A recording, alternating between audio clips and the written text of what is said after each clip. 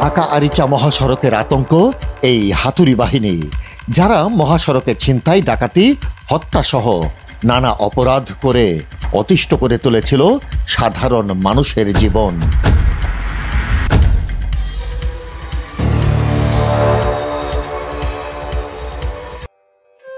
এই নারীর নাম ববিতা আক্তার।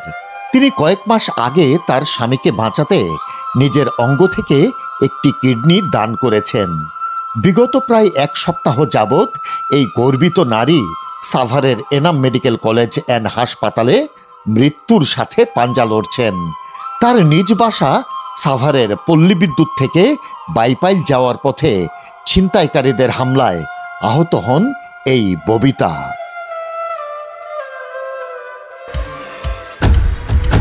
এমন অনেক মানুষ আছেন যারা প্রতিনিয়ত সাভারের মহাসড়কে ছিনতাইকারীদের কবলে পড়ে সর্বস্ব হারাচ্ছেন। অনেকেই ধারালো অস্ত্রের আঘাতে আহত বা নিহত হচ্ছেন। আর এদের মতো ভয়ঙ্কর চক্র মহাসড়কে এসব অপকর্মের হোতা, যাদের ৮ জনকে গ্রেফতার করেছে ঢাকা জেলা উত্তর গোয়েন্দা পুলিশ। বৃহস্পতিবার রাতে ঢাকা আরিচা মহাসড়কের মডেল মসজিদ এলাকা থেকে তাদের গ্রেফতার করা হয়। গ্রেফতারকৃতরা হচ্ছে মোহাম্মদ রতন, রানা মিয়া, মোহাম্মদ মিলন, মোহাম্মদ মুরাদ, আরিফুল ইসলাম, আব্দুল আলিম, মোহাম্মদ মানিক এবং মোহাম্মদ রনি। তাদের কাছ থেকে ডাকাতির কাজে ব্যবহৃত 4টি চাপাতি, একটি সুইচ গিয়ার, একটি দা, একটি লোহার পাইপ, একটি কাঠের স্ট্যাম্প উদ্ধার করা হয়েছে।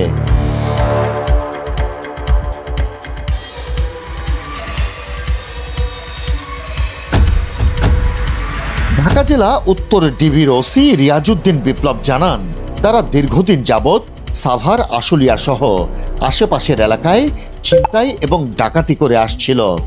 সিডিএমএস পর্যালোচনায় দেখা যায়, ধৃত আসামিদের বিরুদ্ধে বিভিন্ন থানায় একাধিক মামলা রয়েছে। উক্ত আসামিদের বিরুদ্ধে সাভার মডেল থানায় একটি নিয়মিত মামলা রুজু করা হয়েছে।